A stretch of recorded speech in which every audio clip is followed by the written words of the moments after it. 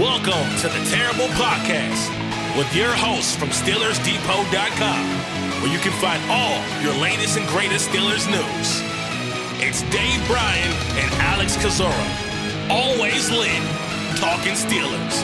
And now, here's Dave and Alex.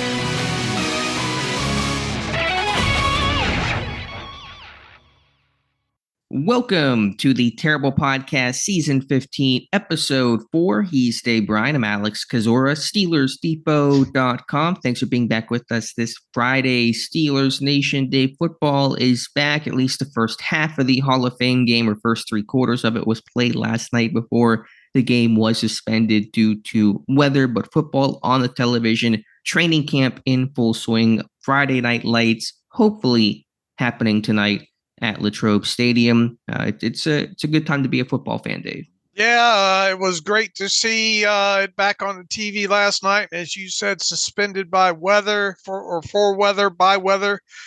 It'd be interesting to see what happens with Friday night lights at out there at the high school in Latrobe. The weather forecasts don't look great, but kind of reminds you of what happened a couple of years ago. Everybody showed up and the rain started and lightning and thunder, and everybody had to be rushed out of there. So make sure to take your SpongeBob SquarePants umbrella tonight with you, Alex. But yeah, it was entertaining. I mean, obviously, Hall of Fame game is a Hall of Fame game, but I think a lot of people were tuned in. A, because football was back on the TV, and B, they get to see the new kickoff rule in action there. So keeping my fingers crossed that Friday night lights practice, the weather holds up for that. And it's an exciting night anyway, because Sirius XM NFL radio has Pat Kerwin and Jim Miller out in Latrobe right now. And I think regardless of what happens with the practices, they'll still air whatever interviews that I don't know if they record those on Thursday or the day of, but that usually makes for an entertaining show later in the night. We usually recap all that. So happy Friday to you. How you feeling? Feeling good. I know it's a grind right now, training camp for the players. It's 6 straight practices. They started Tuesday, and they won't have an off day until Monday. And so it is the toughest portion of training camp, but a lot to learn. The pads have been on for not yesterday, but 2 days prior, and on Friday night, assuming the practice is able to be held. Dave, I want to talk about Markus Golden and injury situation and just overall camp thoughts in a moment. But since you mentioned Hall of Fame game, first chance to actually see the new kickoff rules implemented inside a stadium. Pittsburgh has been working on kickoffs the last 2 practices, spent a lot of time in Thursday's session working kick returns, kickoffs. Got to see it in action between the Bears and Texans last night. What were your thoughts on how that play worked, unfolded, your initial impressions? Not enough data. I look forward to watching more of them. And as we have stated, really, since this rule, or as I have noted, since this rule has come into play here, I'm a traditionalist. I hate all change at this point at 56 years of life. But something had to be done with that, specifically with all the touchbacks and all like that. And obviously concerned about the car crashes that you see on that play and the head injuries and all like that. So at least the way it's been described, and we have that great post and the XFL data to go by, what has happened with that. I am still looking forward to it. I don't think there was any one memorable thing of the few kickoffs that happened in the Thursday night Hall of Fame game. But and I think I think this is going to be a learning process as these teams go along.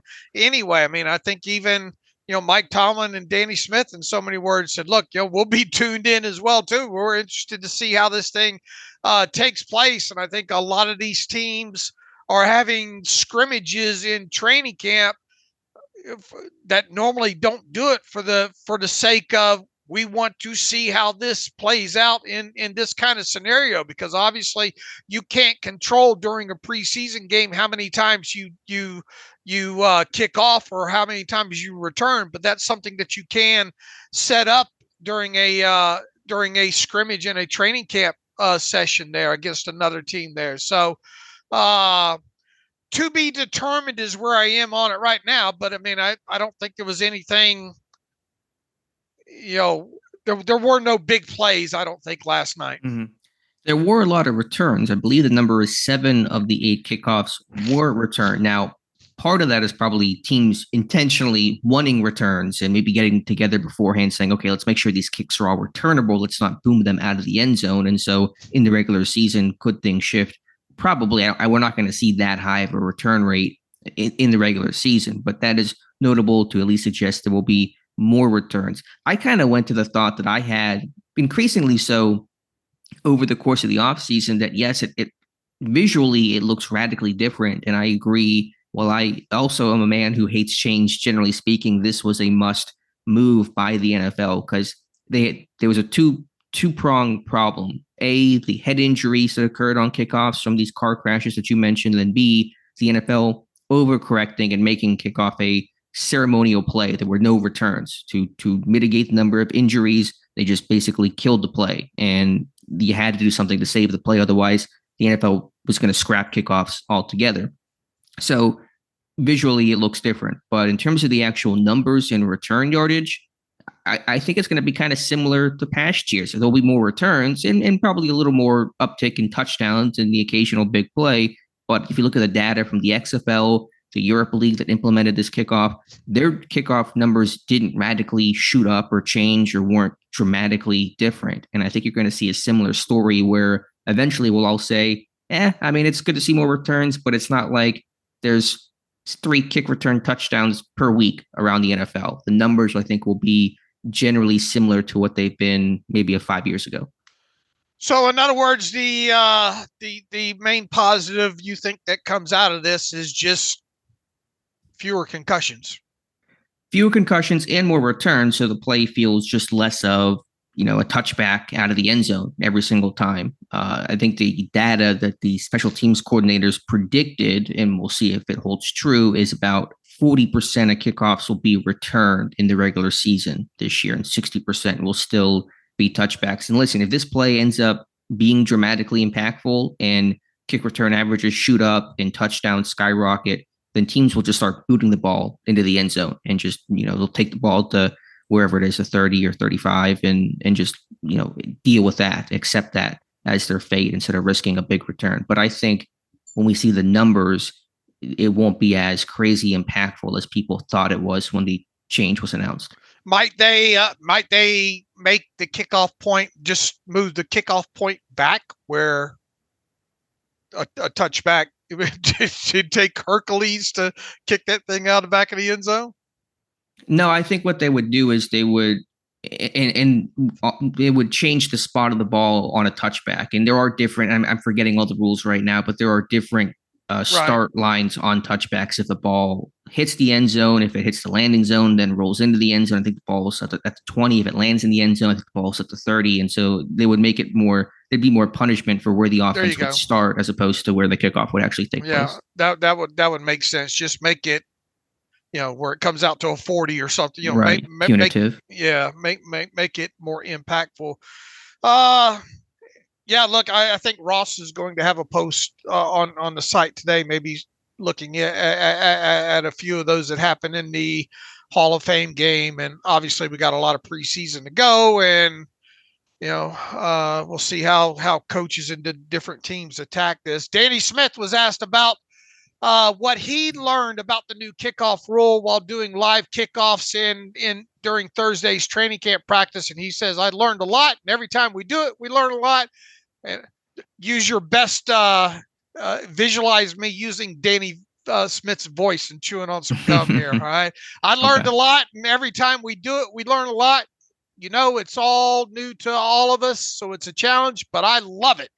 The players really take to it, and we expect them to excel in it. He was also asked on the emphasis behind kickers placing the ball in different parts of the landing zone. He says it's all strategy with the kickers as far as where you're placing the ball. We've been doing that for years. Now there's a specific zone that you must get that in. So the target area has changed a little bit, but the approach hasn't. So we'll perfect that as it goes. And he says on the team's comfortability with the new kickoff rules right now, he says it's excellent. The speed of the leader determines the rate of the pack. I love it. They're going to love it, he says. Yeah, I remember watching one, I think Chicago kicked off, and I saw, I'm not sure who was, but somebody, bolted off the line and was the first one to gain an edge. I think helped, make that play. And so can you find somebody explosive with a really quick first step that can, fly off the line as soon as that ball is caught or hits the landing zone? I think the traits will still be the same in terms of what you look for in your kick coverage guys who are explosive, can tackle, can defeat blocks, that type of stuff. But yeah, we'll see, if different positions become more available. I think that's one of the more interesting aspects of this change. Can you use offensive linemen on the return team, the blocking unit? Can you use defensive linemen on the coverage unit? And in Pittsburgh's practice, they were toying around with some defensive linemen. I saw Loudermilk and Leal and Prevlian run down kicks, and I saw Braden Fehoko on the blocking team. So that's what I want to see the most of, the different people these rules might open up opportunities towards. Danny Smith was also asked about having those defensive linemen on kickoffs. And he says, well, we took the distance out of it. We took the speed and the distance out with all of it, right? He says, so if we're just in a 5-yard area, me and you are in a 5-yard area, who best in the game of football gets off blocks? He says defensive linemen do it for a living. Linebackers do it for a living. Tight ends do it on their releases when they're covered. So they ought to be good at getting off the block. And basically that's, the answer is a lot longer, but that's at least out of Danny Smith's mouth why the bigger, guys, specifically defensive linemen. And that's why a lot of linebackers have success on the coverage units historically, because these plays are all about shedding blocks, and who sheds blocks more often than edge rushers beating tackles or linebackers getting off of blocks of guards in the run game. Using your hands, that has to be, job 101 of how to win as a linebacker defensively. It translates to special teams. So yeah, in these situations that are almost blitzes and rushes off the edge, so to speak, you can use some linemen on there. And I know historically over the years, occasionally defensive linemen, even under old kickoff rules, have been used. Brett Kiesel, Henry Mondeau got burned a couple years ago. So it's not brand new, but I think it could be more frequent. All right. So we'll see. And Pittsburgh plays their first preseason game. What is it? 1 week from today, right? One week from today against the Texans. Yeah. So we saw yesterday, and they'll get to play their second game. After that Hall of Fame game was unfortunately suspended and, stopped after almost 3/4 of play. All right, Dave, where to from here? The Pittsburgh Steelers having training camp signings and roster shuffling is common this time of year. Pittsburgh has made a slew of moves already, but the one they made on Thursday was their most significant. They signed Markus Golden, outside linebacker who was with Pittsburgh last year, had a couple of sacks, and that's in response to, unfortunately, David Perales, who was competing for a roster spot, hurt his knee in 7 shots in Wednesday's practice and was waived injured. He'll go on injured reserve here probably later today, but in his place comes Golden, which is a bigger name, more significant signing than your typical training camp move.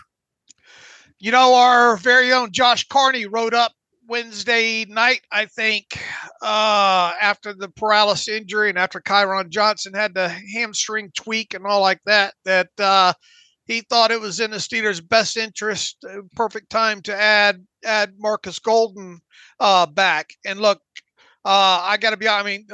The move, I like the move as a whole. I got to be honest. I wasn't convinced they were going to go that route. Same. I felt the same way. I'm for it. I like it. I'm on board with it. Obviously, we haven't seen the contract yet, but it's a 1-year contract. One would imagine it's probably going to be a veteran benefit contract or slightly above that. But I wasn't convinced that was going to happen. I was kind of wondering if Markus Golden might say, yeah, I'll keep an eye on that. Thanks for the offer. And look, that offer might have been on the table for Markus Golden for a while now. We don't know. and I think without question, he was a guy that they would have liked or this whole offseason like to have back on the roster. I think he was worth every bit of the money that they spent on him last season on a veteran benefit contract for the amount of snaps and what they asked him to do. Obviously, the vet leadership, obviously the link to Denzel Martin. Good. We seen him. I enjoyed all of his interviews. It looked like he was a good teammate. I mean, there's everything about Markus Golden with the Pittsburgh Steelers. There was nothing not to like. But all that said, I just kind of wondered if the timing was going to be right for Markus Golden to be back. So I like the move. Like I said, I like the move overall. It gives you a guy with experience, but we went for a couple of years there when we started this terrible take and all like that. Couple of times during the offseason, write some articles about it as well, too. Man, the Steelers got to do a better job at the outside linebacker depth and all. And, obviously went on to draft Herbig and then added Golden last year. I mean, you're back where you were last year, and I don't think that's a bad spot right now with these four. So I like, if you're going to grade the move, and once again, we haven't seen the contract yet, but I can't imagine it's outrageous at all. If you're going to grade the move, I think you got to give it an A+. Now it will, the conversation I think goes from there of, what's the fallout for this? Who on the roster, on the 91-man roster, took the biggest hit? Yeah, the question is, what does this do for Jeremiah Moon, who was running as a number 4 outside linebacker? Obviously, TJ Watt, Alex Highsmith are complete locks, and Nick Herbig is essentially the same, a lock as well. The team always keeps at least 4 outside linebackers. Obviously, Moon had been in the running as the 4th, competing with Kyron Johnson, competing with David Prowlis, but Moon had the clear leg up. Does Golden impact those chances? And if so, how significantly does Golden impact those chances? Well, look, when we start to do roster constructions every offseason and predicting the 53 and all like that, you obviously start with at least 8 total linebackers, 4 outside, 4 inside. More times than not, your total amount of linebackers, both inside and outside, is probably 9. Have we seen the number be 10 before? I think so. I think it might have been injury impacted in past years, however.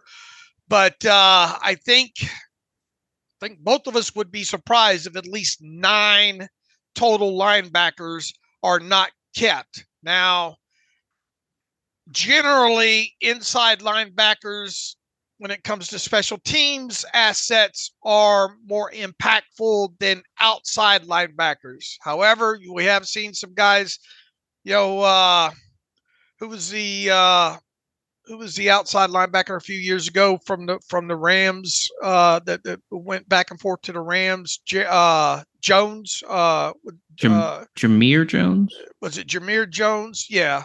So. Some of those guys, and who was it? Derek Tuska and Taco Charlton. Yeah.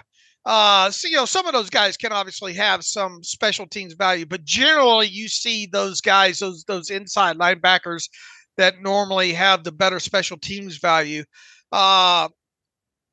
Assuming the top 4 are going to be the top 4 and make this roster, which is, I think Markus Golden would have to really face plant to not make it at this point. You go ahead. For Golden, you think Golden should make the roster? I think he would have to face plant hard to not make the roster. As the number 4? Or 3 or 4. Number 3, Markus Golden? I think he'd have to really face plant to not make it. You think he would be the number 3 over Herbig? I think there's a possibility of that. I don't know. I think Herbig, second-year guy, he looked so good last year. Like, they like Golden to bring him back now, but they didn't like him enough to re-sign him in the offseason. Sure, but I said 3 or 4. He'd have to face plant to not be 3 or 4. So in other words, to be a backup. Yeah. I think, but Moon has had a good camp, and he can work on special teams. And I don't know exactly what this means for Moon's chances. It's not good news for Moon's chances, but Terrell Austin has talked him up, and he's younger. He can play on special teams. There's Golden's probably the better pass rusher right now. I think Moon has to work on that, but I think there's some upside there for Moon over the long term. Sure. I mean, I think he, especially from a special teams aspect, I can't wait to see him get out there. But what are you saying that you don't think Markus Golden's a lock? No, I don't think he's a lock. I don't think. I think he's obviously, again, not signed until there were injuries to Johnson, Prowlish. You want some good depth. You want some guys that can, provide good reps here for training camp. Tomlin talked about that. Obviously, they know Golden. He's professional. Golden knows Denzel Martin. They were teammates at Missouri, and obviously Golden a Steeler last year. I wonder, could they keep 5 outside linebackers and, maybe they only keep 4 inside linebackers because Moon can play on special teams and Herbig can play on special teams. And so, with Cole Holcomb's situation, health-wise, what's his status? We don't know. With Medikevich, if he makes a team, he can be obviously a special teams kind of guy. I don't know exactly how this will go. I think it'll be interesting to watch, but I wonder if this may actually shift things towards them pushing heavier at edge than inside linebacker. So then you're thinking 10 total linebackers because Medikevich, where do you think he figures in all this on the inside? No, I think it still could be 9. It could be 5 outside and 4 inside, depending on what happens with Holcomb. Like, what if Holcomb is not, he's still not medically cleared, and Jerry Dulac says he's not close to a return, and I've yet to spot. He is a wild card for sure right now until he comes off of PUP. Which what if he starts on reserve PUP to begin the regular season? That probably can't be ruled out right now, at least the way that Dulac is indicating. So what if he went 5 outside, 4 inside, with your 4 inside being Queen, Roberts, Peyton Wilson, and Medikevich? And does Mark Robinson get the squeeze? I'm not saying that's a guarantee to happen, but I think that's a sure. But you're still getting the 9 though. Right. Yeah, I'm saying just switching it. Usually it's 5 inside, 4 outside. Right. This year maybe it's 5 outside and 4 inside. Well, obviously Moon would have to, he all important special teams aspect. If he can be, whoever's going to grab, let's say the 9th position is going to have to be, the superior special teams guy.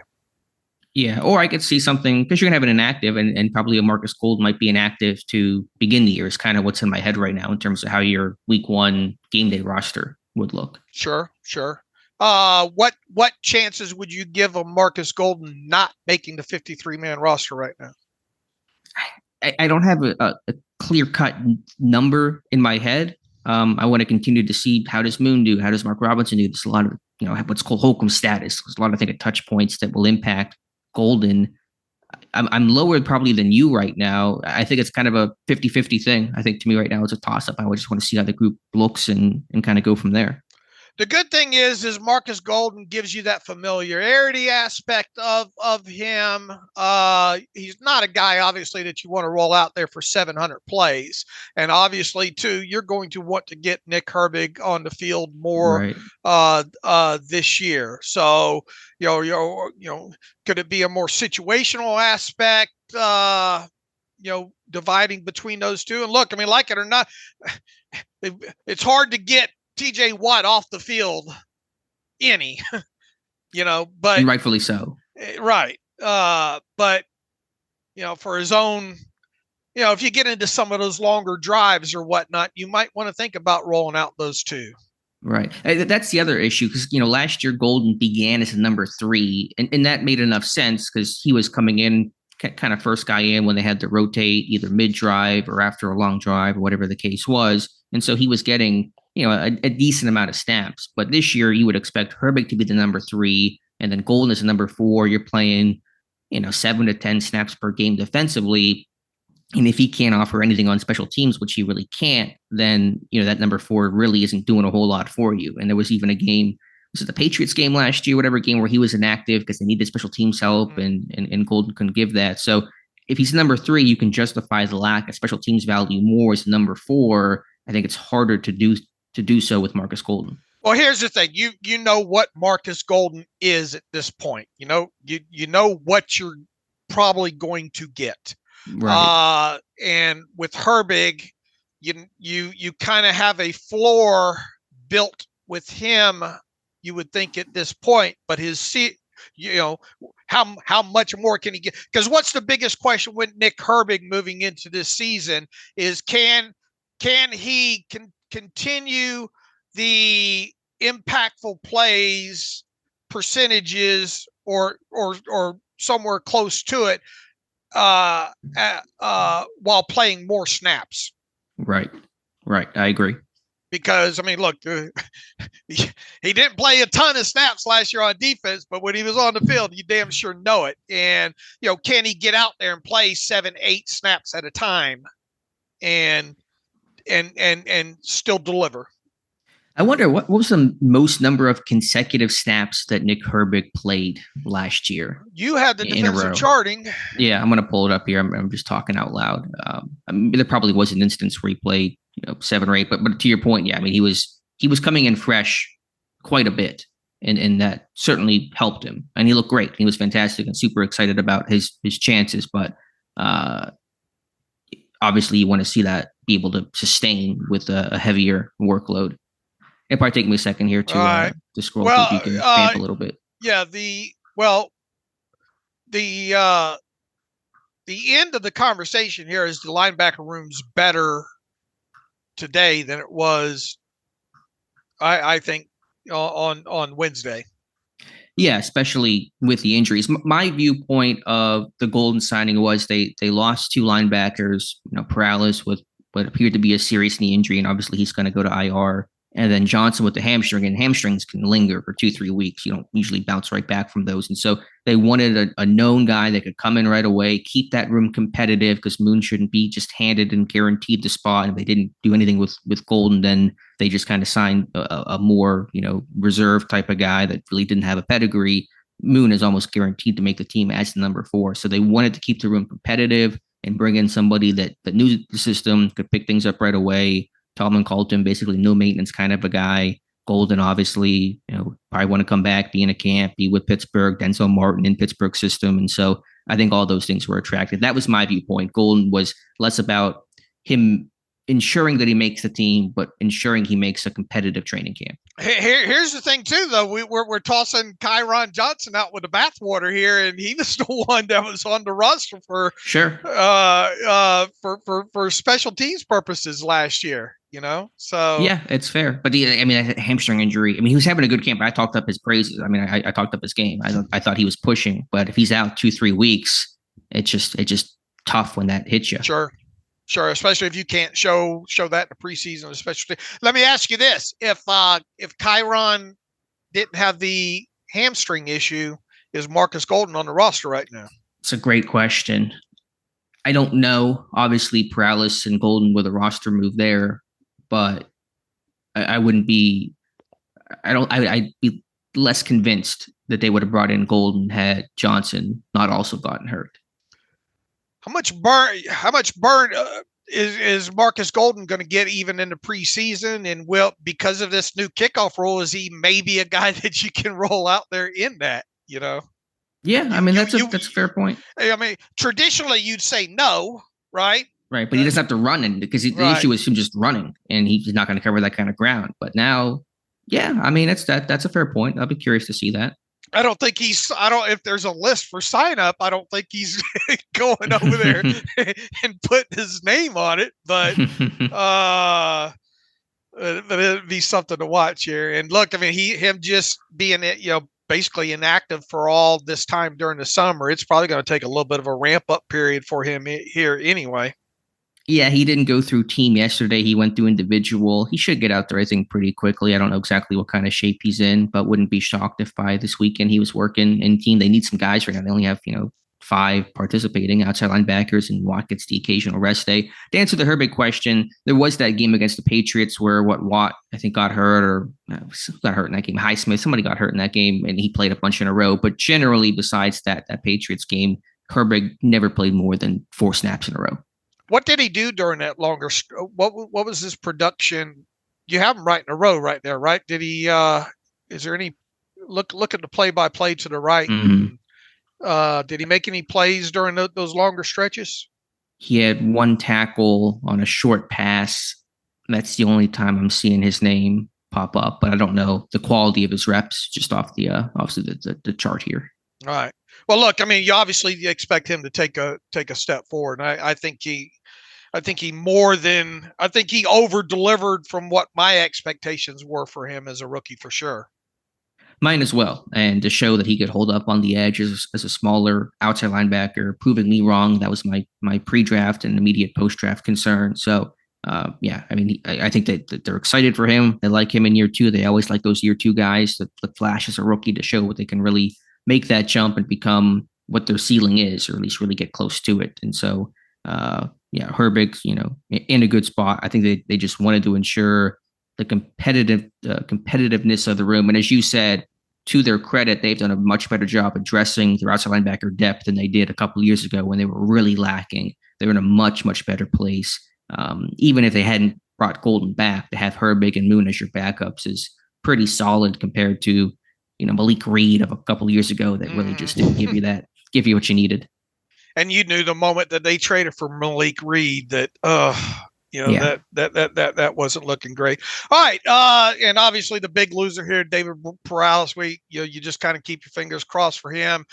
He should clear waivers later today. He should revert to IR. Then we'll sit and wait to see in the next 7 business days if he gets released with an injury settlement. If the knee injury is more serious in nature, then he could be a guy that you have to pay on a split salary all season on IR. So, yeah, unfortunate for him. He was going to try to push or at least make the practice squad, and it looks serious. I don't know the exact nature of the knee injury. All I interpreted was that it appeared to be serious. When he grabbed his knee, the second that he went down, he did limp off before getting in the cart. But you can have serious knee injuries and be able to walk. If you tear something in your knee, it's the cutting and change of direction that becomes impossible with the instability of the knee. But we're not going to play too much doctor here. The point is that his season in Pittsburgh is over. Yeah, left knee, wasn't it? I didn't get into my notes on that. Probably, I don't know if anyone had the photo or something of him. Maybe I thought Tim had something of him reaching down, but we would just be guessing there. But anyway, all right. Anything else to add about the outside linebacker position in the transaction? No, I think that covers it well. And we'll watch. Golden, by the way, should also note, though, he's wearing 91, which I think is the first time he's ever worn a non-44. He's always been 44, right? I know he was in Pittsburgh last year, but with Matakevich wearing 44, Golden gets the old 91. They ought to put Matakevich and Golden in a steel cage match. Let them battle it out. I'd shell out a few dollars to watch that. Yeah, metaphorically for roster spots, maybe they actually will be battling it out as some of the 2 final linebackers trying to make this team with them and Mark Robinson and Moon. That'll be fun to watch all those guys. And then again, I mean, what is Holcomb's status? I mean, because if Holcomb's not ready, then that frees up a spot in the linebacker room in general, and that changes the equation of who makes it, who does not. All right, before we get into the health of the other guys on the roster here ahead of Friday Night Lights practice, Jerry Dulac was that in his chat about Holcomb? So. Yeah, I believe so. And wondering if he's going to, stay on the roster or whatnot. And in so many words, he said he's not close to being ready, yada, yada. That's an interesting situation there. And not knowing what I don't think he has any guarantees related to that $6 million this year. And I don't know how the injury guarantees are framed maybe in his contract and all like that. But I would imagine the Steelers could get out from underneath that. Now there is that whole injury benefit claim that players can claim. We saw, Sean Swisham do it. Trying to remember if Greg Warren had filed that claim or whatnot, and I'm trying to even remember if that plays more into that benefit claim plays into the following season or not when it comes to that. Obviously right now he's not doing anything because he's on active PUP. Now and also I don't know if there's any, I can't remember if if I've ever seen before if there's any split he might have some sort of split salary or something if he has to start the regular season on active PUP. I don't ever remember reading a veteran player going on active PUP or reserve PUP. I mean, from active PUP at a start of the season on a split salary before either. But I think, and we have seen players cut, due to failed physicals and injury waivers and those kind of things. So it's hard to kind of speak about what the Steelers might do with him more from a financial standpoint. Look, if he can't play, he can't play, right? And I suppose there's one angle of this where he just is not ready by the start of the season, and then thus he goes from active PUP to reserve PUP, and then has to miss the first 4 games of the season. But even so, assuming that there's no split salary clause or whatnot, just that $6 million is still on the books, and you still have to replace him, with a guy, technically. You're carrying, 54 players on a roster, depending on who else might be on IR or at that point and all. So it is an interesting conversation to have. And look, just rolling back, I mean, that was a gruesome injury that he had, and you do wonder, if he's going to be the same player again. Has anyone, because you see the training camp practice timeline of tweets better than I do, has anyone reported seeing Cole Holcomb at training camp? I don't think so. I can't at least recall just off the top of my head in the first 7 practices. No. Okay, because I have not. Now, I don't spend a ton of time looking. You would note it, though, especially if he's in uniform. Sure. Yeah, or if I just even I've seen Dean Lowry not in uniform standing there. I've seen Cordero Patterson a bunch, as he tries to ramp up his rehab. It's coming along still a little bit of ways away, but I have not seen Cole Holcomb. And so that's, I don't know what that means. Probably not much, but Holcomb, we know, was at OTAs. He was not participating, but he was there. I've yet to see him, and I'm sure if somebody saw him at training camp, they would have tweeted it and snapped a photo, whatever the case is. And so I don't know what that means. He could be back in Pittsburgh rehabbing. That's probably my guess of how to interpret that information. He's still at the team facility doing his daily rehab and all that kind of stuff. But that would suggest about him, still being a ways away. So, I mean, if he's not ready, like you said, isn't it the logical move for Pittsburgh to just transfer him to reserve PUP when a cut down time comes? Unless there's a way to just, if you got to that point to the start of the season with him, and he's obviously not ready and not off PUP, but you feel the prospects of him getting back to himself 4, 5, 6 weeks into the season are good, then then it becomes price tag versus player aspect. If you feel like you get in, let's say he starts the regular season on, or needs to start, is not ready to go by the start of the regular season, but your doctors tell you, look, in 4 more weeks, this kid's going to be ready to go. Mm-hmm. Then I think you carry him, because you saw what happened to this, knock on wood, this inside linebacker. And look, it could happen at any position, right? When you say carry him, you mean carry him on the 53? No, you carry him on reserve PUP. Oh, okay. Okay. With the idea that at some point you might need him, and activate him from it. So, gotcha. I think you just listen to the doctors. If they say, yeah, look, we don't think he's going to be the same player, or it's going to take 12 weeks into the season for him to get right. Or if they say, look, a month into the season, he might be ready to go. I think that's where the decision comes on the $6 million. So if they come to Mike Tomlin, Omar Khan, and say, this guy's not going to be ready for at least 3 months, what do you do with him then? I think you got to look. I mean, it depends on the contract language and all like that. Right. But are we talking about like releasing him or waive injuring him, or what is the step that would not be reserved PUP? Whatever the proper channels is that you can do related to the rules, and that could be numerous things, Which could include a wave injure or something like that. He's a vested veteran, so you'd have to terminate with you'd have to technically, I think, terminate the contract with, I don't know. You see some of these guys.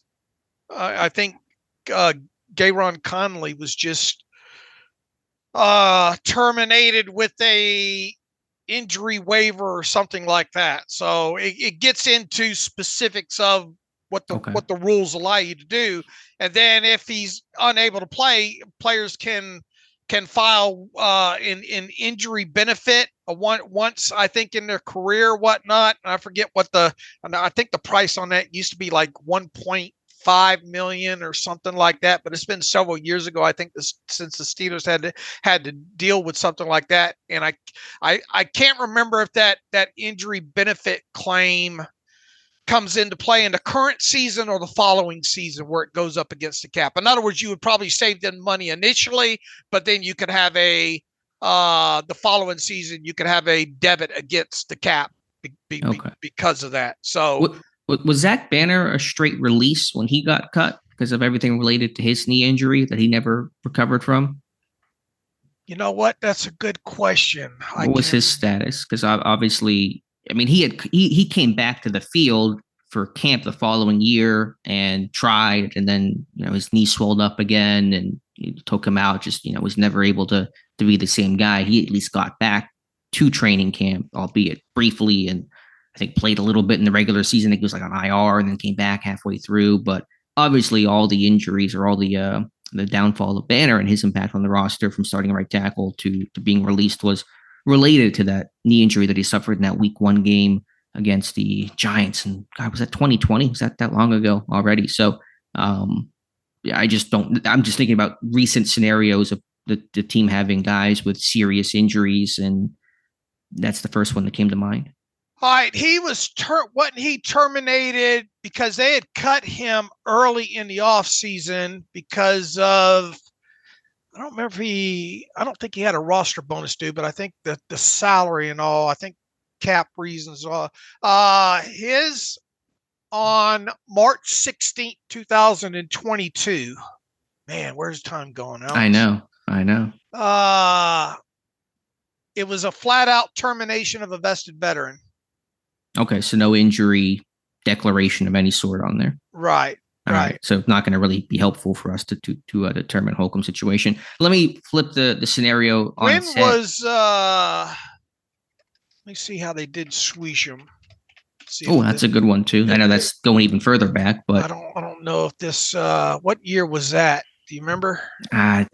Top of my head. I mean, it wasn't 2015. It was Boswell's first year, right? So it had to have been 2015. That was the year that they trade for Scobie, and that was a disaster. And then they find Boz, and the rest is history. 2015 would have been the year he got hurt. I don't know if he was released. Must have been maybe the following year, but he got hurt in 2015 in that Hall of Fame game. Let's see. 2016 failed physical. I'm seeing. Was it 2016? Wikipedia, if that pointing me in the right direction here. June 24th, Sweden was released by the Steelers after a failed physical. I'm trying to find what's the date on that? June 24th. Okay, I found it in here in the NFL listings. Let's see. Yeah, June 24, 2016, termination of vested veteran, failed physical. So could you do the same with Holcomb? Maybe we're guessing in terms, like you said, contract language, but right. Yeah. I mean, if he failed the physical, he failed the physical, right? Right. So, I mean, I know it gets into semantics and into the weeds of which list and designation and all that. Let me flip the question. What if, it doesn't sound likely, but what if Holcomb is ready for week 1? What would his role even be? Because you got Patrick Queen, who's having a great training camp. And of course, he's the big money guy. He's your 3-down guy. You got Landon Roberts, who's been rock solid and steady, and he's become fast friends with Queen, and they have really good communication and have worked together well. Peyton Wilson buzzing in training camp as we thought he would. And then you have special teams in Medikevich and Mark Robinson behind. So if it's a big if, but if Holcomb was even ready, I don't know what role he would have on this team. He would absolutely have to play on special teams. That's for sure. Yeah, at this point, it's harder to see that defensive role. He played well at linebacker last year, but it's just, you don't know what kind of player he'll be off the injury. And you have guys that are going through training camp and the spring work and everything and preseason games here soon enough and looking good. You question what the value Holcomb even brings to the team at this point. I think the main talking point when it comes to Holcomb right now is obviously the time between now and the start of the regular season. And obviously, if he's not healthy enough to come off of active PUP, he's not going to come off active PUP.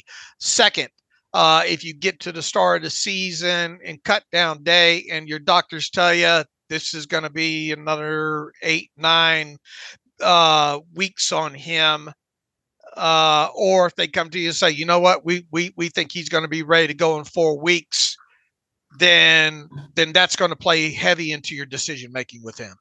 Yeah, but it's not looking good for Holcomb to be on the 53. I think it's the takeaway in terms of how this roster will be built for week 1 in Atlanta. Right. I mean, if you're not even spotting him yet, and look, we've still got how many more days until even training camp's over with there. I mean, if you don't spot him out there obviously during training camp, not even on the sideline conditioning or whatnot, that's not going to be, that's obviously not going to be great news for him. It's going to be more of a sign that at a minimum, he starts the regular season on reserve PUP.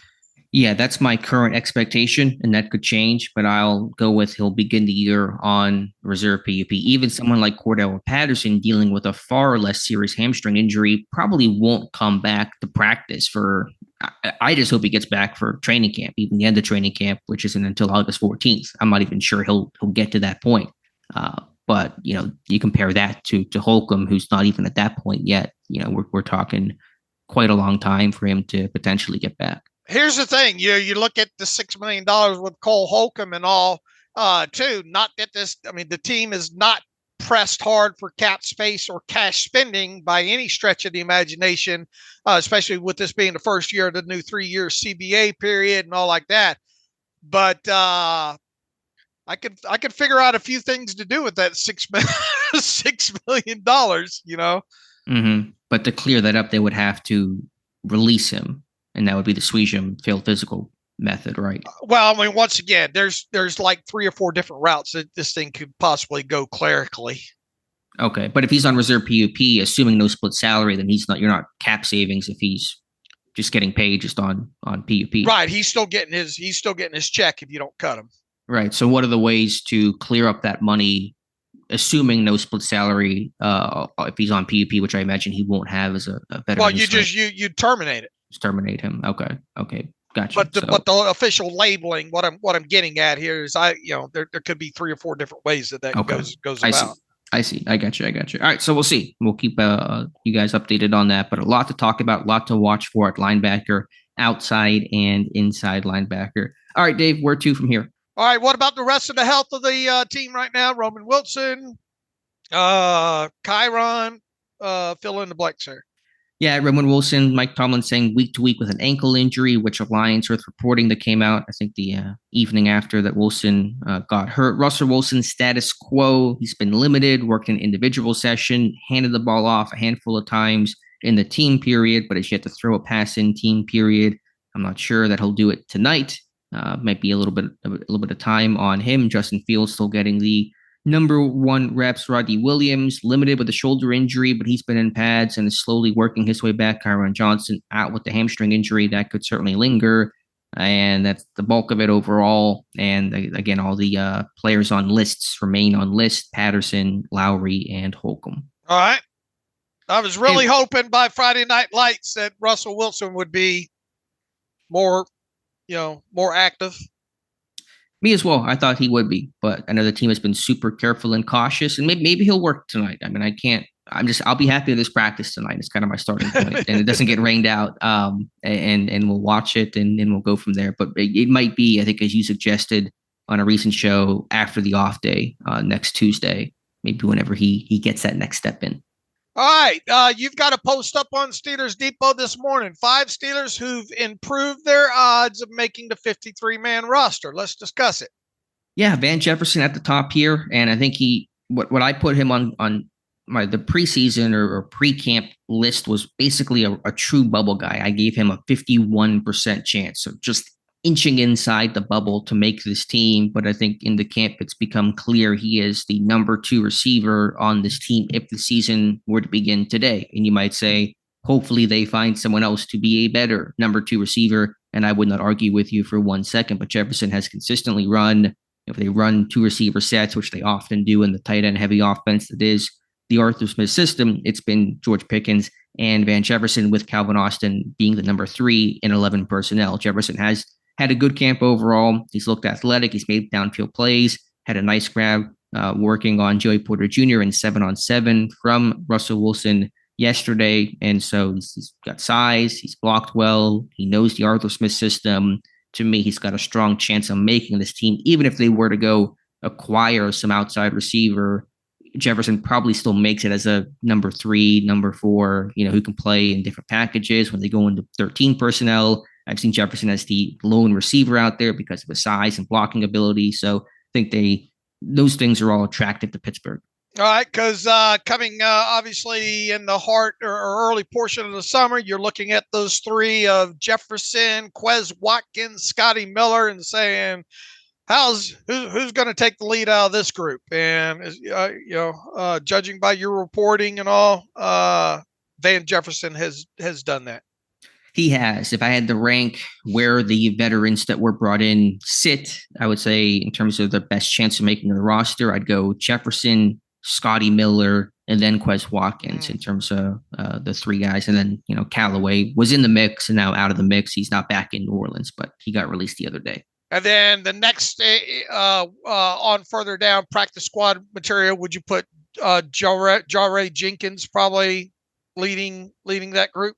Yeah, I just couch Jenkins in that he's broken away from the real back end of the depth chart receivers in Jacob Copeland and Deuce Watts. Jenkins has moved a rung up above them. I think he's got a shot, a puncher's chance at the practice squad. There's other guys still fighting. Des Fitzpatrick is still in this mix, and what he can offer on special teams will be something to watch for. He's gotten work there, certainly. So it's still a lot to determine and figure out, but Jenkins has improved his odds, but that's more practice squad than 53. All right, Jack Coletto. Some fullback talk here, and he's gotten the bulk of the fullback reps, not all of them. Connor Hayward's gotten some work, and occasionally Michael Pruitt and even Darnell Washington have worked as a fullback, but Coletto has gotten, I was just guessing, 3/4 of the fullback snaps, and he's done well as a lead blocker. He's shown good hands. He's looked good on the 1v1s, Arthur Smith system. He talked about using a fullback with the media yesterday. It's been generally a staple of his offense, or at least a piece of his offense, I should say.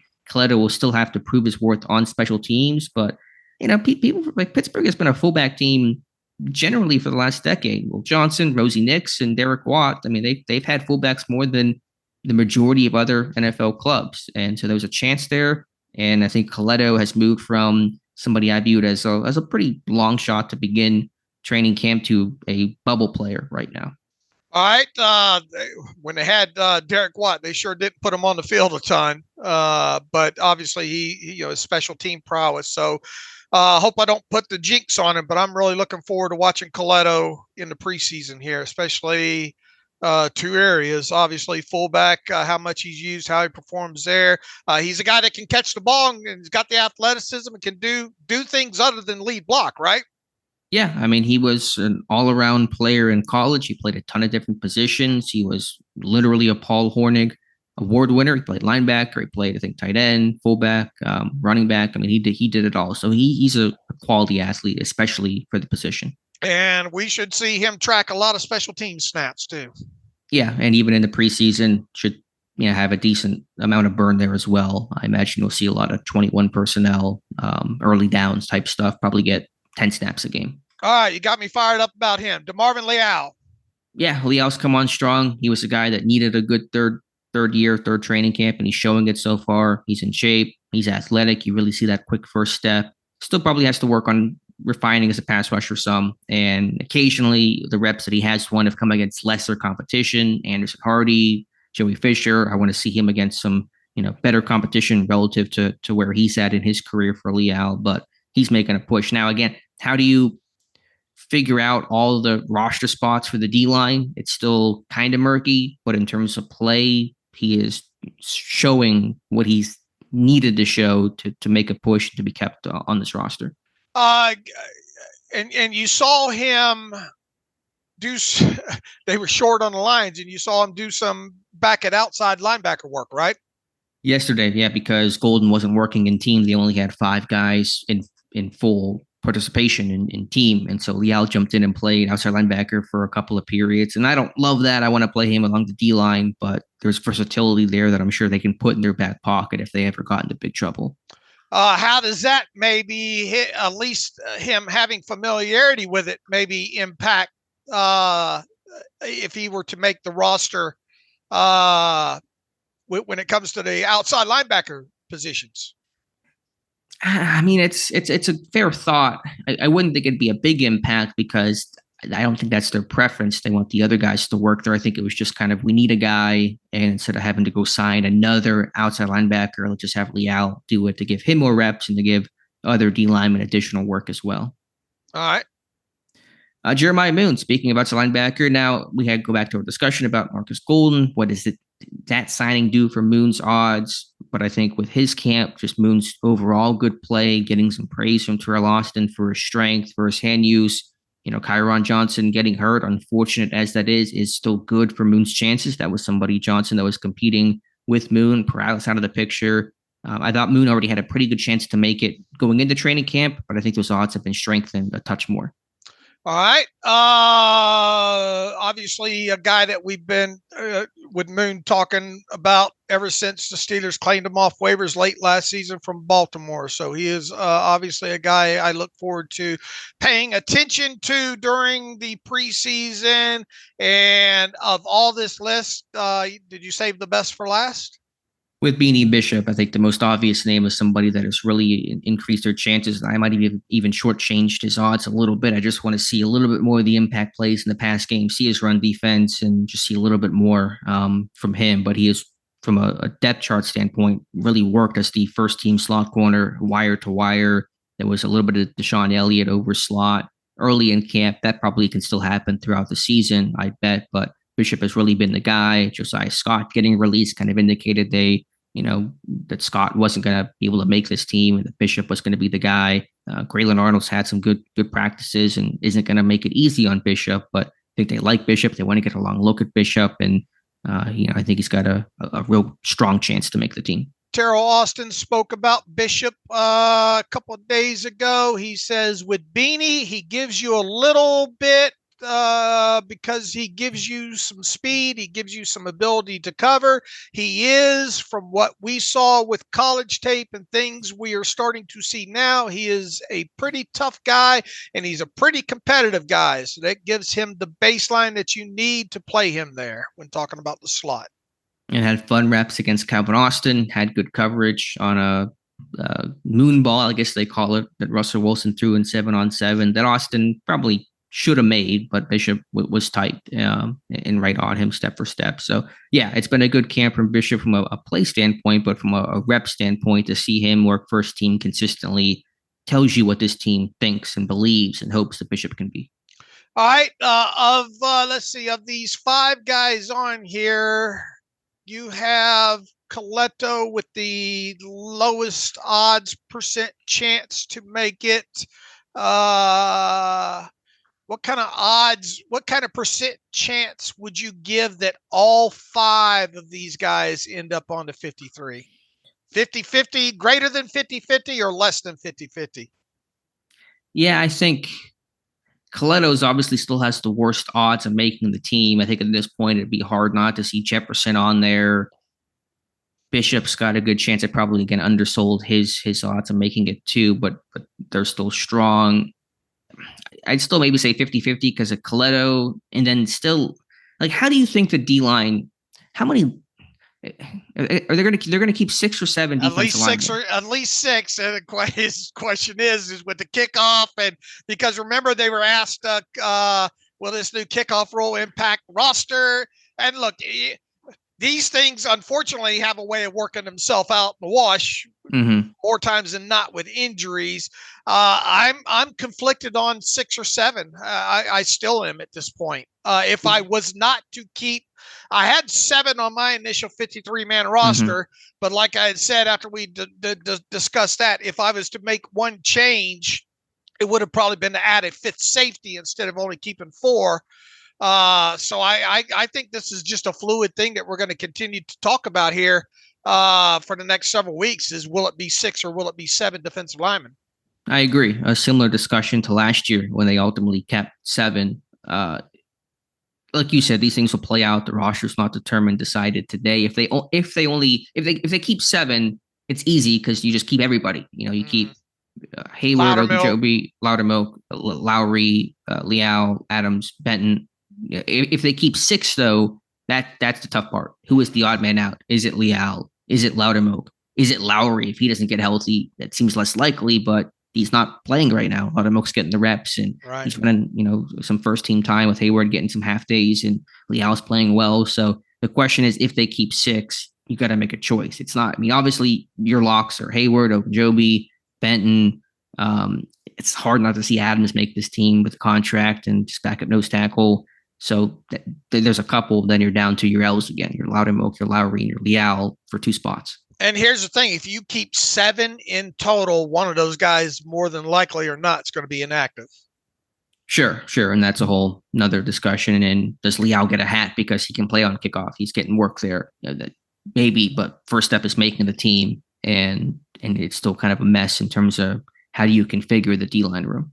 All right. Good list overall. I enjoy that read. Arthur Smith speaking to the media as well yesterday and talked about Justin Fields and his progression. Been happy with him. What were your biggest takeaways from what Arthur Smith said to the media? I don't know if he came right out and said, anything super impactful. I liked his thoughts on the fullback. Well, if you got a fullback that can help you and there's a big picture involved, you don't live in a fullback I formation offset, but the advantage you have up. But guys also have to help in other spots, I'm assuming special teams. So that's where you see the big picture coming from there. He goes on to note Keith Smith being a very good special teams player in Atlanta when he had him. Core member, was a fullback and gave you that advantage. So it sounds like, long story short, fullback's very much in play for obvious reasons. Yeah, and you're seeing that on the field. I mean, like you said and Smith said, Keith Smith in Atlanta was their fullback for 3 seasons. Even in Tennessee, there was one year they didn't use a fullback as much, but they had a fullback, I think, in Smith's second year with the Titans. So it has been common with his kind of big people, physical, run the ball style of play. And, you're getting that same vibe in Pittsburgh right now. Also, he commented on something that you pointed out, going way back when Arthur Smith was originally hired. The use of the pistol formation that he had was super heavy in Atlanta. In fact, over the 3-year span, nobody in the NFL used more pistol than the Atlanta Falcons did. So, and you're seeing that in training camp so far. A lot of pistol. Yeah, I don't have the exact math on it all, but I've seen a lot of it. I really like pistol. I don't know why more NFL teams don't run it. And I'm sure there's an answer to this. I'm not asking this rhetorically, but what are the downsides to pistol? I mean, you get the downhill run action, which you like, what you have under center. You get your quarterback away from center a little bit. As Smith talked about, to me, one of the biggest advantages of pistol is hiding some of your tendencies. Right. If you're in shotgun, if you're in shotgun and the back is to your right, generally your runs are going to go to the left and vice versa. And, that's a little more predictable in terms of what direction the run may go. If he's pistol, if he's directly behind the quarterback, you don't know you going right or left. And then Smith talked about, running to the tight end, away from the tight end. You can hide some of those things a bit better as well. And in the read option element becomes a factor, which they work every single day in practice, during individual and skeleton drills. So I like pistol a lot. I think they should lean on it more. I think they will lean on it more, but that was a really thoughtful answer that Smith gave. Yeah, look, we expect to see a lot of that, most definitely. And I do like the fact that you're able to hide, maybe some of your tendencies with these backs being offset in regular shotgun. Right. And especially if Fields ends up playing for whatever reason, I think you'll see a lot of that because you really get that read option action, to really threaten defenses. With Russell Wilson, it's a little bit tougher to sell that because, generally the back will keep that, and you probably don't want to expose Wilson to as many hits. Right. All right. I think that was probably it overall from Smith. He did like the aggressiveness and the mentality from the linemen in these skirmishes the last couple of days. And there's a line and a limit, obviously. But, Smith, a former offensive lineman himself, I'm sure can appreciate the mentality. All right. Moving on from Arthur Smith. Bet Online is currently set the Steelers sack total at 46.5 for the season.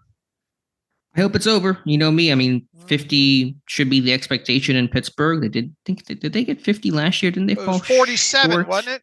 Yeah, they fell short, which was surprising and a little disappointing. Obviously, you lose Cam Hayward, and that plays a big impact in everything. But hoping to take the over on that. Every year, the expectation with this unit should be at least 50 sacks.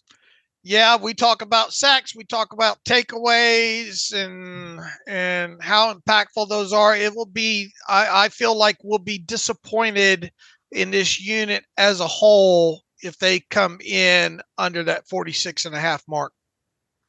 Right, especially in a 17-game season. I mean, that's 2.9 sacks per game. This is a unit that can do that in a half. So hell, Watt can get you 4 in a game, Honestly, yeah. And there's been games where they, rack up 6-7 sacks. So hopefully the over for that. If it's the under, someone probably got hurt or something went seriously wrong. And, you got guys like Peyton Wilson and Patrick Queen that can get after the quarterback, and you can create situations where you free those guys up. Patrick Queen has shown to be a good, rusher when put in those situations there. And one other aspect when it comes to these inside linebackers, remember that stat a couple of years ago about the impactful plays of tackles for losses and forced fumbles and interceptions and sacks, and how stupidly low that number was. I mean, that's obviously got to change and should change with this inside linebacker core this season. And you would hope and expect somebody like Keanu Benton to get more than 1 sack that he had last year. I think he could have 5. Sure. I mean, the potential's there if he finishes some of those plays. And I think he works on a secondary move to really allow that club over to be more potent, more effective, less predictable, then yeah, he can get 3, 4, 5. All right, where to moving on from the sack numbers there?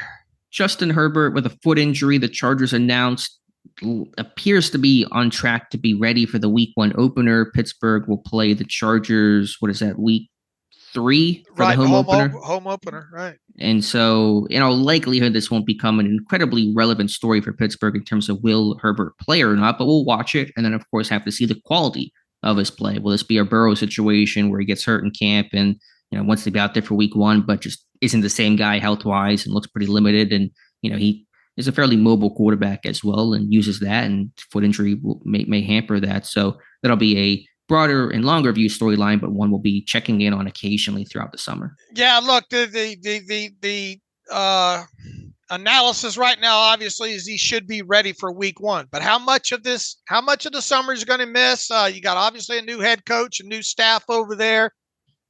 He's a talented guy, and obviously the Steelers' game against the Chargers isn't until week 3. But you start stacking all these buts up together and all. It does make you wonder if he's going to be his usual self come week 3.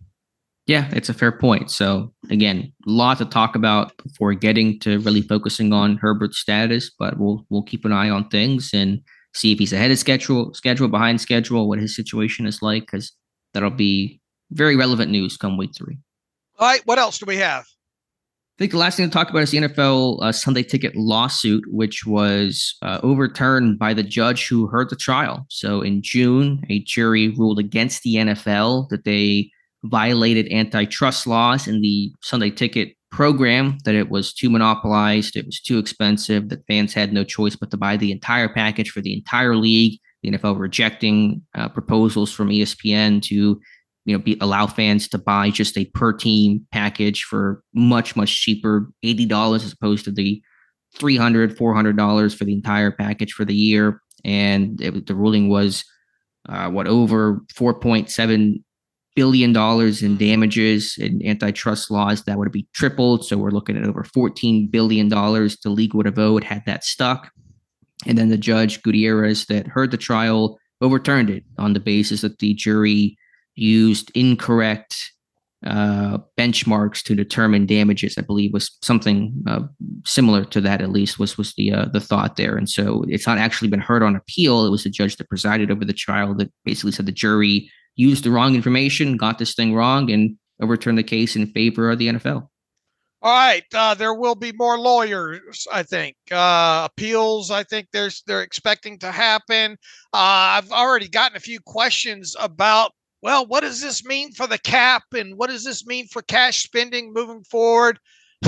It's to me, I'm not, and I love tracking the money and the cap and the cash in the NFL, but I think it's way too early to get into how will this impact the Steelers specifically, because I think we're a long way away from getting some finality on this. And I'm more like, I'll crunch the numbers and worry about it more. Now, should teams be going worst case scenario with this? I'm sure some of that dialogue has happened, of how do we put away money, or what, should a worst case scenario happen and we have to pay this out in the league? How would this impact the league and cash and cap and all like that? I would imagine some of those discussions have taken part, but I wouldn't even begin to guess what those look like. Sure. And even mapping it out is tough because you don't know timelines. And when it comes to salary cap and cash, timelines is everything, in terms of how you plan. When will this happen? And no one really knows in terms of the legal system. So even had this ruling not been overturned, it still would have been just waiting for the appeal process to go through, and the NFL probably would appeal this thing all the way to the Supreme Court if they would have taken up the case to try to get this thing overturned. So it's still good news for the NFL in their standpoint, because they're now working from the position of strength in terms of now having the ruling in their favor. And so now that the people that sued the NFL, the bar, whoever that was in California, will have to, try to get it overturned and work back in their favor, which is of course harder to do. To play that offense and that rather than the NFL's defense of just protecting their win at the moment. So bottom line, as you said, Dave, this thing is still going to be in courts for probably years. It's not going to impact the cap this year, probably not next year. So it's not going to really change things too much in the short term. Do you think this thing ultimately ends with some sort of arbitration and just flat out two sides settling or something? No. The NFL, they took this case to trial for a reason, and they usually don't do that because of all the messiness of discovery and Goodell on trial and those things. And if the NFL now that the NFL has won, unless that were to get overturned again, they're not going to settle. They're going to if they're in the league here, they're going to keep fighting it for sure. Had they kept losing these battles, then perhaps they would have settled, but really settlements, I think they're things that happen before verdicts come in, before you go to trial. And once you go to trial, it's kind of, you're not settling, because at that point, someone's won, someone's lost. If you've won, you don't want to, win and then settle there. So I would not expect that to happen. All right. The law firm of Kozora and Kozora. At your services. Do not call me. I do not need a 2 a.m. call of somebody in jail, because you were calling the wrong person, my friend. If you have a wreck, call Kozora. All right. Shall we get to some emails here? And close out today's show. Yes, sir. All right. Let's take one from Jay. Dave and Alex, my favorite part of training camp is the daily podcast. Thank you, he says. If you could create the ultimate backs on backers matchup with any two Steelers in Steelers history, who would you pick? How about any two non-Steelers? All right. You see a lot of these. You've witnessed quite a few of them over the years at training camp and Friday Night Lights and all. So James Harrison had to be part of some of that, wouldn't he? Yeah, I mean, you could have got him in a drill the other day. He was down there and still looks impossibly large and muscular. I think it's easy to pick the rushers. I think, you could pick any of the 70s linebackers, Lambert, Ham, Russell. Vince Williams also comes to mind. It's just a dude that was a great blitzer. Harrison for sure. I wonder who you choose for the blocking end of it. Heath Miller. Le'Veon Bell was pretty damn good in his prime as a blocker, wasn't he? Yeah, he was really good pass protection. Heath Miller, I think, is another name that comes to mind. I mean, this is a recency bias thing, but I would love to have seen a Vince Williams, Jalen Warren, because to me, Jalen Warren's been one of the best guys I've ever seen in backs on backers. I mean, this guy is just a dog. Yeah, for sure. I mean, every single year, and he killed it in Tuesday session. So I think, again, more recent names, but Vince, who crushed many poor running backs. I think Kareem Hunt just steamrolled him in one game like 2 times. Against Jalen Warren on a bull rush would be a lot of fun. All right, so maybe the ultimate would be Vince Williams versus Jalen Warren. Yeah, maybe it's not the ultimate, but just 2 names that came to mind, and you could do it because Vince is in Pittsburgh coaching right now as an assistant, and I think just doing that on the side here. He's still the linebackers coach, to my knowledge, at Pine Ridge High School, but you could put those guys on the field after practice and let them go after it. So I guess it's one that I could theoretically wish could happen on the field. How about 2 non-Steelers? I mean, you can go for days talking about that. If you did a Dick Butkus versus, I'm not sure who the blockers are the tough ones. It's easy to pick out the rushers. Right. You could put not that he's a linebacker, but put a Ronnie Lott in there and just kind of see what he could do against somebody. I don't know who you would choose though as the blockers, because again, these aren't offensive linemen don't participate in those drills. It's tight ends, it's running backs, and I don't have a great knowledge of like the best blocking tight ends. And how about George Kittle versus Dick Butkus? Yeah, well, I like that. All right, I'm game. Let's go with that as an answer. All right. Thanks for the email, Jay. Deshaun Campbell says, "What's up, guys? Questions for you. First is for Alex. He says, I want to know, are you seeing more 3 wide receiver personnel sets than expected with this Arthur Smith offense? And second, he says, I'm visiting Pittsburgh and I want to know, is Primanti Brothers worth all the hype, and what may be another good restaurant you'd recommend in the city?" That obviously is more of a question for Alex. I will tell you this about Primanti's in the trip that I had there and ate there.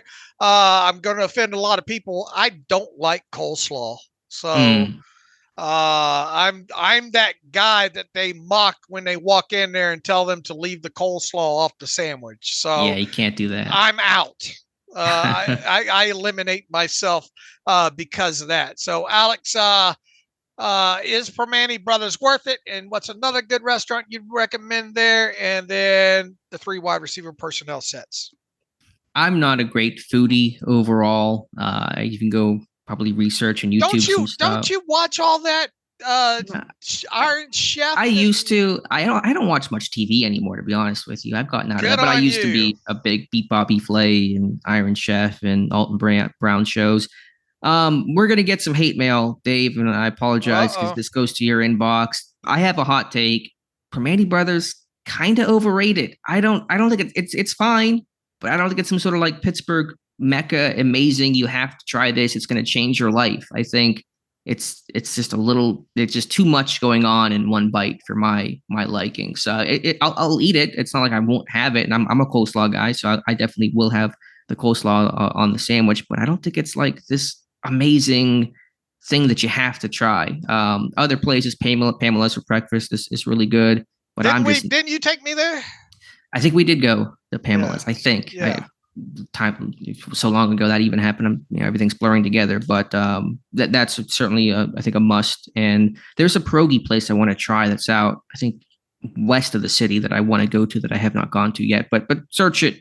Other people will give you far better answers than I can on food. And I know we'll get hate mail for our Primanti commentary. What was the other part of the question? It was are you seeing 3 wide receiver personnel sets more than expected with this Arthur Smith offense?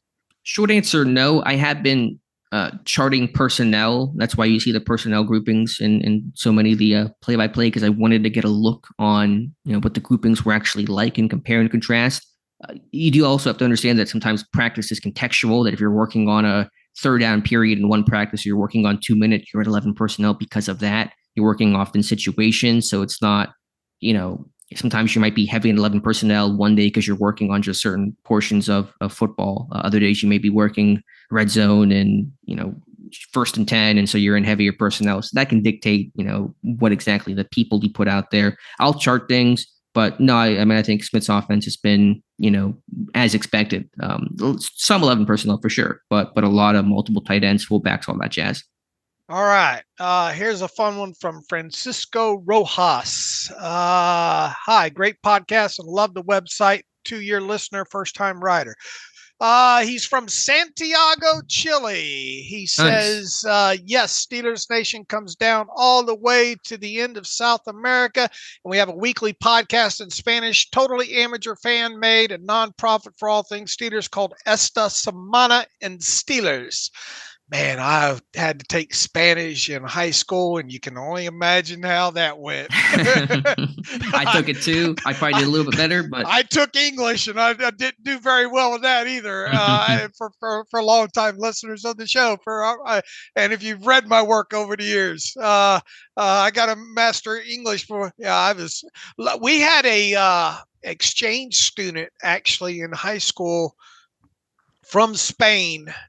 I think his name is Vicente, and obviously I made sure to buddy up with him in Spanish class and all like that to kind of help push me through that. Nice. So anyway, his podcast is Esta Semana en Steelers on YouTube. He says 2 questions. First one, could you exactly explain what is the meaning or intention behind all the black Air Force One thing when Mike Tomlin and his post on IG? I remember some years ago he gave a pair of shoes to every player on the roster, even going to the trouble of painting some black because they did not have enough black ones. Second question he has is, what is your take on the starting tackle competition and which duel will be more important in defining the starting 5 offensive linemen? Is it Broderick Jones versus Dan Moore at left tackle, or Troy Fautano versus Broderick Jones at right tackle? Hope to reach you again soon. All right. Look, I'm behind some of the pop culture things and all like that. Alex is a little bit younger. I just think the black Air Force thing really is kind of, I guess, signifies, you looking for trouble, just a badass image more than any. It's deeper than that, but maybe you can shed some light on the black Air Force Ones, Alex. Not really, to be honest. I'm 56. I wear just regular old slip-on Skechers, and I don't know about these things. You wear Crocs? You a Crocs guy? I have black knockoff Walmart Crocs. Dave, what are you doing? And I love them. Oh my God. I wear them every day, and if I'm in the house, I have these black imitation Walmart Crocs on with white half socks. Gee, my God, Dave, and khaki cargo pants and a gray long sleeve 3-button t-shirt. That's what I wear every day. I am full on old man at 56. You are not the guy to ask about black Air Force Ones. No. Unfortunately, I am slightly cooler than that, but not by much. And so I don't have a lot. But I think Dave summed it up well. It's the idea of, just standing on business, as the kids say, and just a swagger and an attitude of just not caring and just bringing an edge to everything that you do, which certainly the team did during that practice where Landon Roberts bumps Fields, and there was crazy skirmish after that. So look it up. The internet can provide you a better answer than 2 uncool people. I have never been a fashion plate or anything. I'm all about comfortability, and but I dressed every bit of 56 going on 76. Knockoff Crocs. You think you know a man. Man, I love these things, man. They've got are they comfortable? Oh man, they're fantastic. Aren't they just plastic? Aren't Crocs just like plastic? It's got kind of this texture in the sole and all like that. It feels good. I love them, man. You people don't know what you're missing. Well, you can keep it. All right. In terms of the O-line battle, it was between, what did he say, between? He said, what is your take on the starting tackle competition, and which duel will be more important in defining the starting 5 offensive linemen? Is it Broderick Jones versus Dan Moore at left, or Troy Fautano versus Broderick Jones at right? I think the answer to that's just all yes. It is such a weird situation. I cannot figure this out. I just think they have done some weird stuff with Broderick Jones. Maybe he doesn't care that much because he just seems to be like, nothing seems to phase Broderick Jones, and I mean that in the best possible way. He's just like comfortable and just natural, and put him in wherever and he'll do the job. But I mean, he's really not worked at left tackle at all. It's been Dan Moore strictly, almost exclusively. I think Jones maybe has 1 or 2 reps on the left side, and there's been times where Fautanu will get the occasional first-team right tackle rep, and Broderick Jones comes out, and it's Dan Moore and Troy Fautanu as your starting tackles for those reps, which is also very weird. I don't know if it's an injury or I don't know. To me, there's just been weird across the board. The answer is basically, I guess, just how comfortable can Fautanu get a right tackle, and do they have confidence in him being the starter? And if so, then I have to imagine that means Jones will move over to left tackle. So I guess the answer is really just about Fautanu, his progression, and how comfortable he gets in at right tackle. And look, it is still early, as we pointed out before, but this thing does seem like it's trending to a week 1 Dan Moore at left tackle start, doesn't it? I don't know. I really don't know where it's at. I think Fautanu has looked comfortable. I think he has looked good. I think the team has been impressed, but I mean, it's not like Dan Moore is losing reps, even as Fautanu's getting them. And it's still been, primarily second team right tackle for Fautanu. It's still primarily Dan Moore left tackle, Broderick Jones right tackle. I just think the whole situation, the whole handling has been weird with Broderick Jones. And I don't know exactly what weird in that you had just expected more left tackle for Broderick Jones, period, right? Primarily, yeah. Weird in that in OTAs, the reporting was that Jones was flip-flopping, so he was the guy that was kind of getting both spots. And then weird in that it sounded like Dan Moore is going to get right tackle work in training camp, and that has not happened. I don't think Moore has taken a single rep at right tackle so far. And then weird in that the occasional time where Fautanu will come in first-team right tackle, and Jones will go to the bench, and even Jones had a couple of second-team right tackle work the one day. So just a lot of strangeness I can't make heads and tails of. All right. Francisco, thanks for the email from Santiago, Chile. Don't be a stranger. Anything else to add before we get out of here, Alex? No, be out there for Friday Night Lights, and hopefully they get practice underway. Let me check the forecast. You're not going to be in a good mood tonight if you get wet. No, I'm like a gremlin. You get me wet, I'm glad angry. We don't do. I'm glad there's no wrap-up podcast tonight. Yeah, I'm an angry, cranky Alex when I'm get rained on. The forecast is looking better for tonight. Okay. There's still a chance of storms, 40% at 8 p.m., but the forecast is much better than where it's been. All right, even if whether or not that happens, obviously pay attention. Whether or not. Whether, yeah, I'll be here all week. Try to Ville. Let's see here. Whether or not that happens, obviously we'll be posting about it and have the live blog up on the site. You should be following Alex's tweets throughout the night, assuming the practice happens.